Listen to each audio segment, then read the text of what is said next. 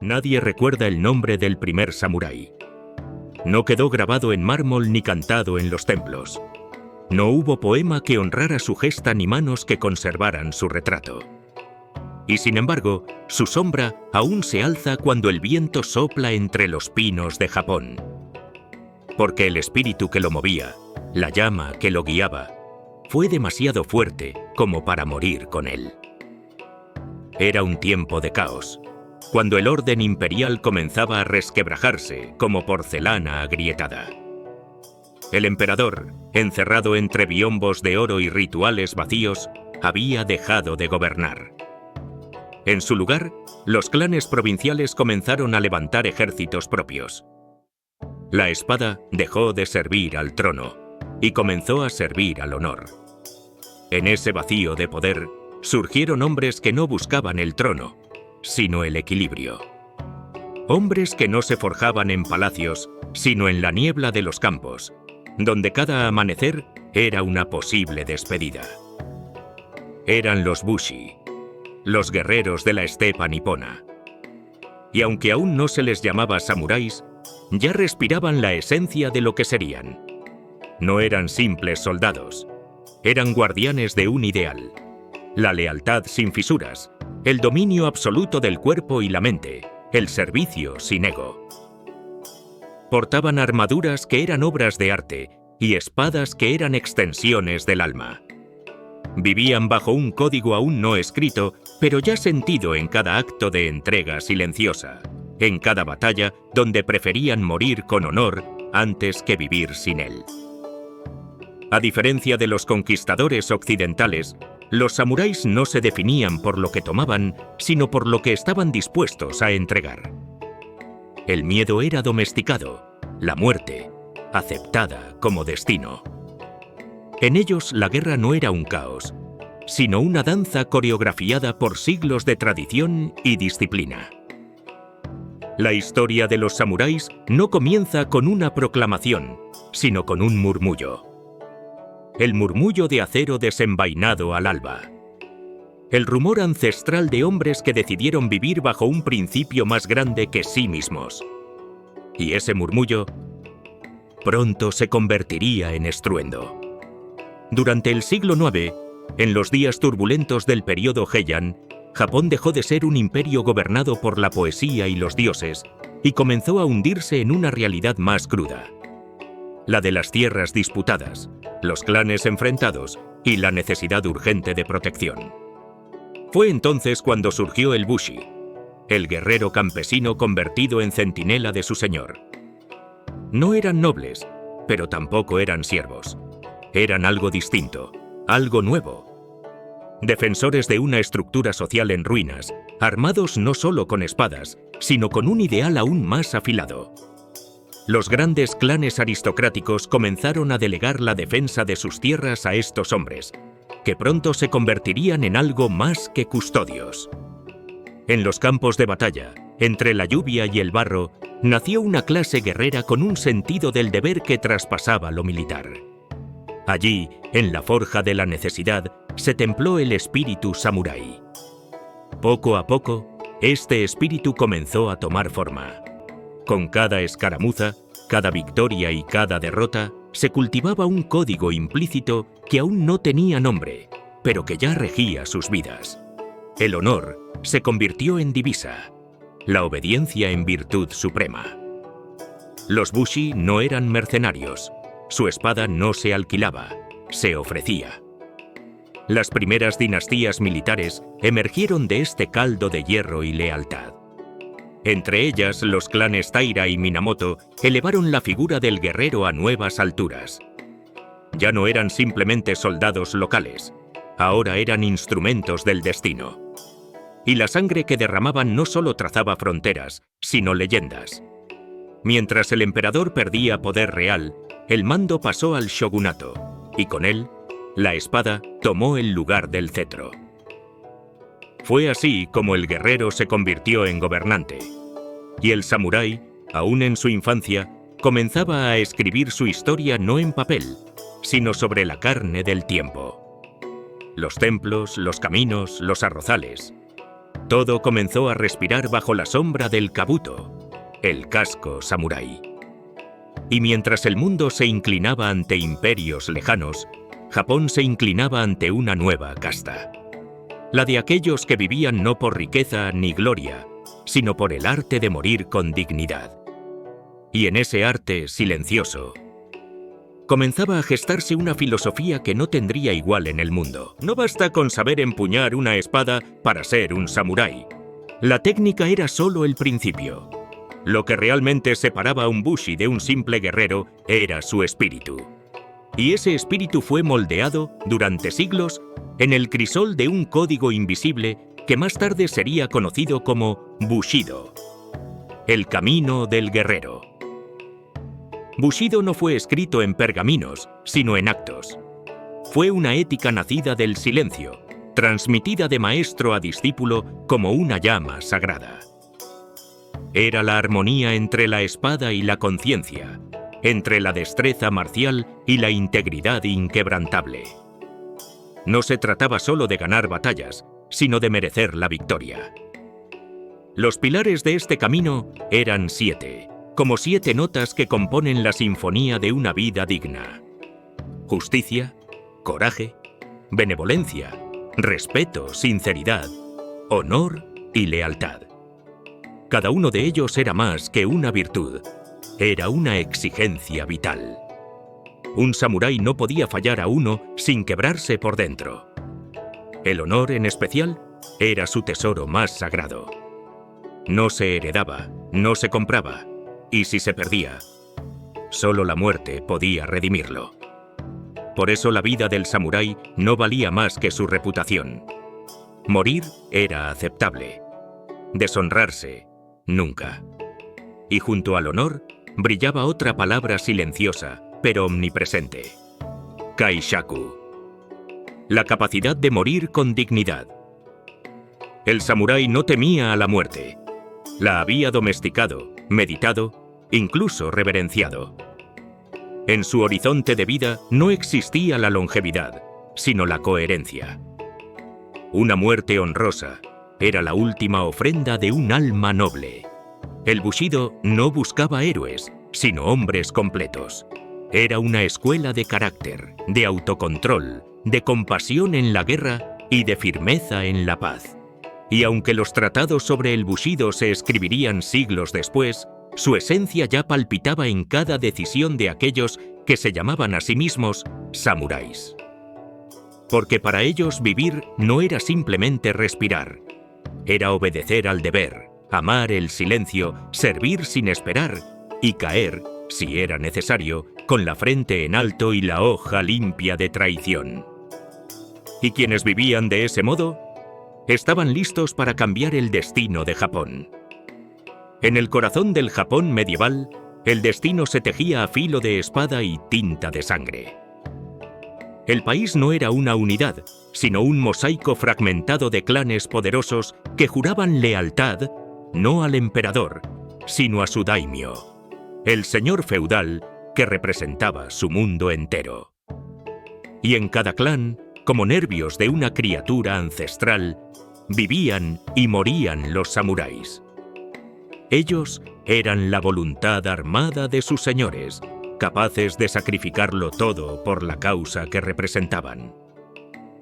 Sus nombres eran sinónimo de devoción: los Takeda, los Uesugi, los Hojo, los Tokugawa. Familias cuyo linaje era venerado tanto como temido. En esta era, conocida como Sengoku, el período de los reinos combatientes, Japón ardía. Por más de 100 años, el país fue escenario de guerras civiles sin tregua. No había fronteras estables ni alianzas duraderas. Solo ambición, traición y la determinación férrea de unificar el archipiélago bajo una sola espada. Pero incluso en medio del caos, los samuráis no se disolvieron en la barbarie. Al contrario, encontraron en la guerra una forma de depurar su código. Cada batalla era una prueba de su temple y cada derrota una lección para el alma. Se escribían cartas antes de morir, Se componían haikus antes del último combate y se ofrecía la vida con la serenidad de quien ha cumplido su deber. Las armaduras se hicieron más elaboradas, los emblemas más simbólicos, los juramentos más profundos. El campo de batalla era también un escenario de estética. Banderas ondeando con emblemas de clan, tambores marcando el paso, arqueros montados que parecían surgir de leyendas antiguas. Fue en este torbellino de alianzas rotas y castillos sitiados donde el espíritu samurái alcanzó su plenitud. No porque vivieran en paz, sino porque habían aprendido a mantener su centro en medio de la tormenta. El honor no se medía por la cantidad de enemigos derrotados, sino por la firmeza del corazón ante la incertidumbre. Y en medio de esa incertidumbre, 3 hombres marcarían el rumbo final de esta era de clanes. Y juntos, cambiarían para siempre el rostro del Japón. Cuando un país entero se convierte en un campo de guerra, solo nacen 2 tipos de hombres: los que se aferran al pasado y los que se atreven a imponer el futuro. En el Japón del siglo XVI, surgieron 3 figuras que no solo dominaron la era Sengoku, la clausuraron. Oda Nobunaga fue el primero. Frío, audaz, despiadado en la lógica de su ambición, Nobunaga comprendió que la unificación no sería posible sin quebrar las viejas estructuras. Rompió con tradiciones obsoletas, incorporó armas de fuego traídas por los portugueses y barrió con clanes enteros en su ascenso imparable. Fue el arquitecto de un nuevo orden, pero no vivió para verlo consolidado. La traición de uno de sus propios generales lo consumió en llamas. Toyotomi Hideyoshi, su antiguo sirviente convertido en genio político, recogió las piezas y continuó el proyecto. Diplomático en la palabra, brillante en la administración, Hideyoshi no nació samurái, pero entendió mejor que nadie el corazón de los guerreros.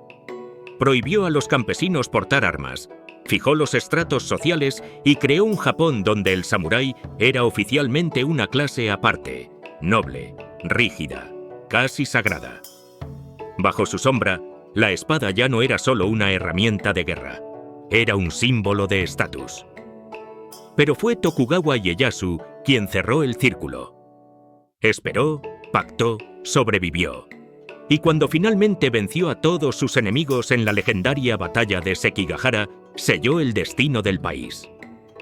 En el año 1603 fue nombrado shogun por el emperador, y así nació el shogunato Tokugawa, una dinastía que gobernaría Japón por más de 2 siglos.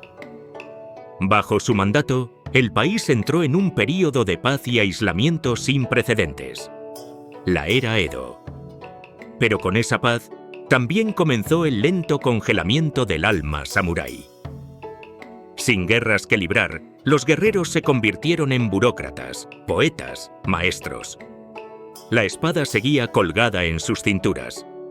Pero la muerte ya no era una compañera constante, sino un recuerdo lejano. Los 3 unificadores transformaron a Japón. Pero en el proceso, también sellaron el destino de los samuráis. Porque un guerrero sin guerra comienza a desvanecerse. Durante más de 2 siglos, el Japón del shogunato Tokugawa se sumió en una paz sin precedentes. Las espadas ya no se alzaban en los campos de batalla, los castillos permanecían en silencio y los clanes, alguna vez enfrentados, ahora coexistían bajo el férreo control del shogun. ¿Pero qué ocurre con un samurái cuando ya no hay guerras que luchar?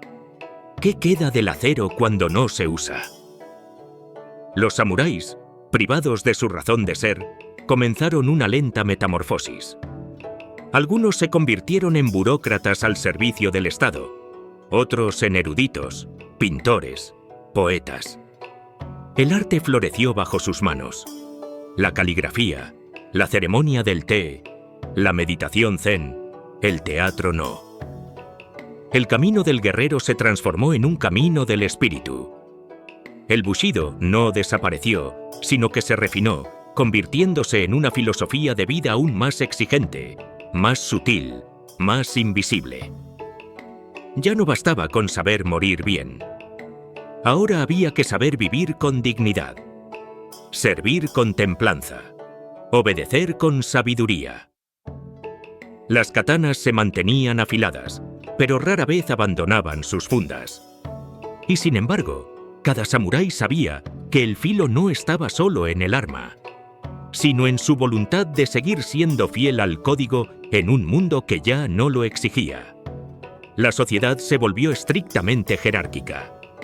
El samurái era una casta aparte, respetada, intocable. Pero con ese privilegio vino también el aislamiento. El honor, una vez puesto a prueba por la guerra, ahora debía preservarse en la rutina, la austeridad, la contemplación. Fue una época de tensión contenida, de elegancia severa, de orgullo silente. Muchos samuráis vivieron en la pobreza, sin tierras ni batallas, pero con el alma recta. Preferían pasar hambre antes que deshonrarse. Y cuando el deshonor era inevitable, algunos elegían el camino del seppuku, la muerte ritual, serena y voluntaria, como acto final de coherencia. La espada entonces se convirtió en símbolo más que en herramienta.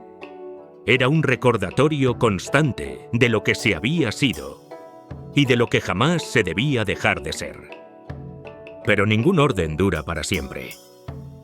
Y del otro lado del mar, una tormenta comenzaba a gestarse. Durante más de 200 años, Japón vivió recluido en sí mismo. Cerró sus puertos, selló sus fronteras y cultivó una paz vigilante. Pero la historia no se detiene por decreto. Y en 1853, el mundo llamó a su puerta con cañones. 4 buques de guerra estadounidenses, los barcos negros del comodoro Matthew Perry, llegaron a las costas japonesas exigiendo comercio. No pedían permiso, no ofrecían diálogo. Traían pólvora, industria y diplomacia armada. Fue un despertar brutal. El Japón feudal, orgulloso y cerrado, tuvo que mirarse en el espejo de Occidente. Y lo que vio fue atraso.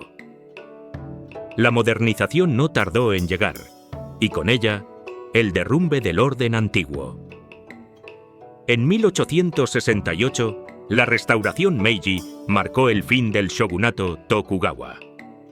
El emperador volvió al centro del poder, pero ahora como símbolo de una revolución industrial y cultural sin precedentes. El nuevo gobierno declaró ilegales las jerarquías feudales. Se abolieron los dominios de los clanes, se disolvió la clase samurái y se estableció un ejército nacional al estilo occidental.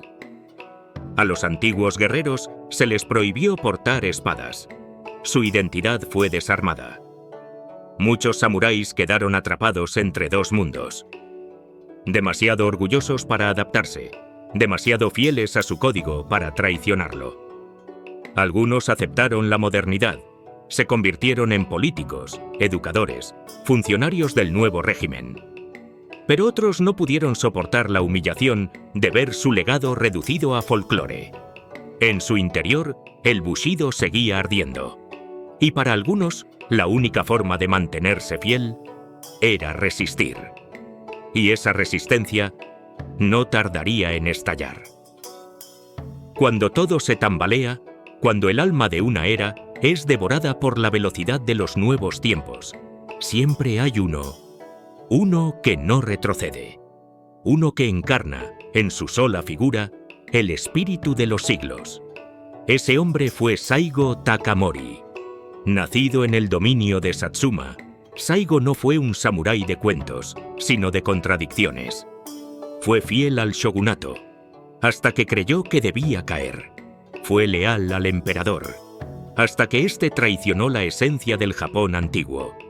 Amó la tradición, pero entendió la necesidad del cambio. Fue, quizá, el último en intentar unir ambos mundos. Durante la restauración Meiji, Saigo fue una figura clave.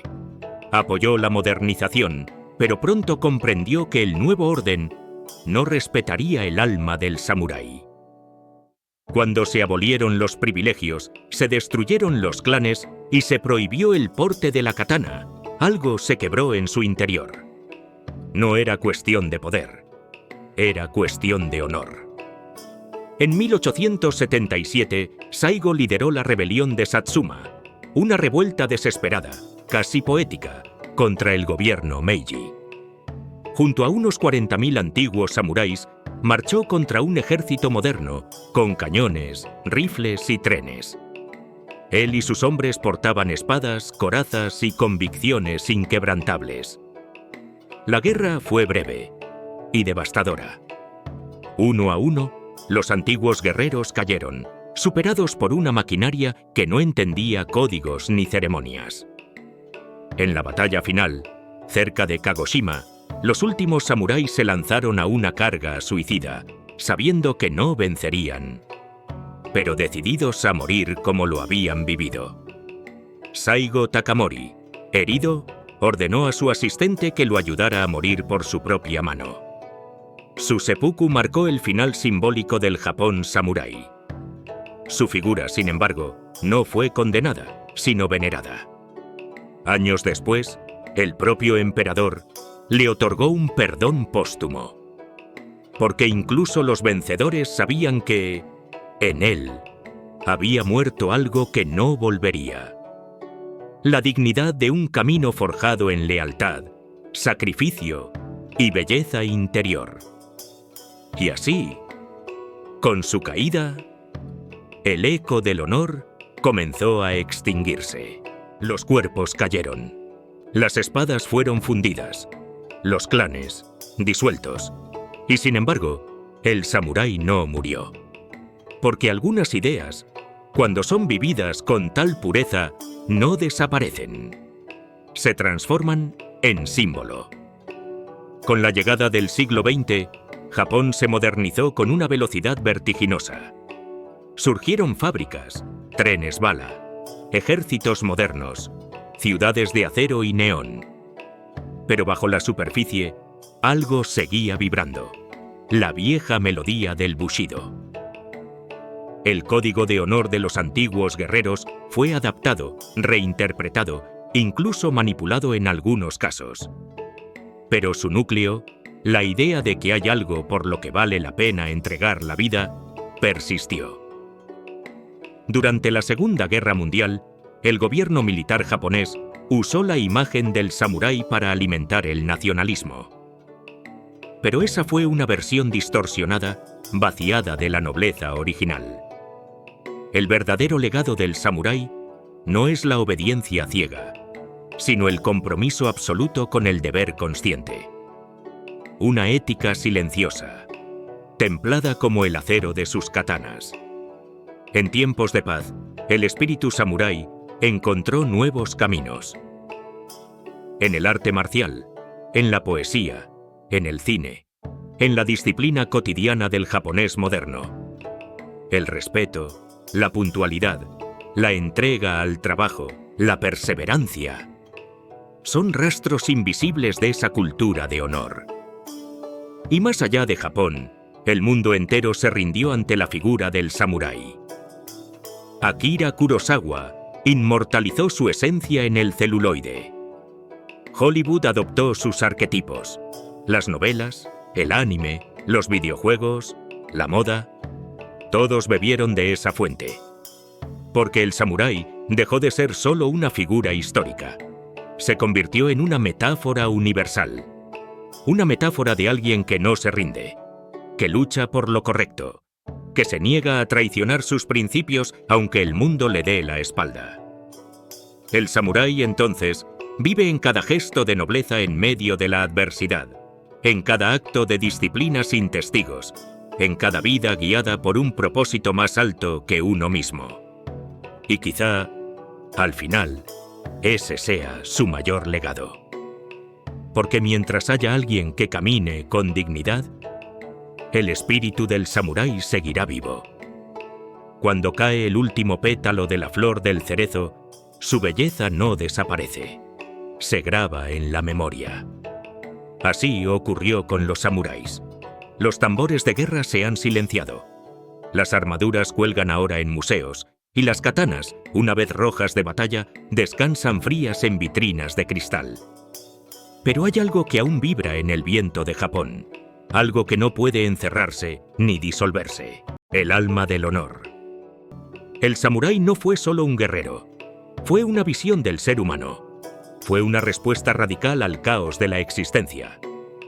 En un mundo donde todo cambia, donde el poder y la gloria son humo, eligieron el camino más difícil: la fidelidad. A su señor, a su código, a sí mismos. Hoy, cuando el mundo se ahoga en ruido, en velocidad, en egoísmo disfrazado de libertad, el recuerdo del samurái se vuelve un faro. Una figura que nos recuerda que hay fuerza en la quietud, poder en la humildad, inmortalidad en la coherencia. Quizá no llevemos una katana al cinto, ni cabalguemos hacia la guerra bajo una lluvia de flechas, pero cada día se nos presentan combates, decisiones, ocasiones para elegir entre la comodidad y el deber, entre el ruido y el honor. Y es ahí donde el samurái renace, en el maestro que enseña con paciencia, en el trabajador que no miente, en el hijo que cuida de sus padres, en cada acto silencioso de integridad. Ahí florece el último eco del honor. Porque el verdadero guerrero no necesita escenario, ni enemigos, ni aplausos. Solo necesita un corazón firme y una razón noble para vivir o morir. Y mientras exista alguien que elija el camino recto, incluso en soledad, el espíritu samurái jamás habrá caído. Si te gustó este video, suscríbete y activa la campanita para más contenido sobre los momentos y personajes que cambiaron el mundo. Y si quieres seguir explorando la historia, puedes elegir tu próximo video, que de seguro te encantará. Gracias por acompañarnos y nos vemos en la próxima aventura histórica aquí en El Gran Legado.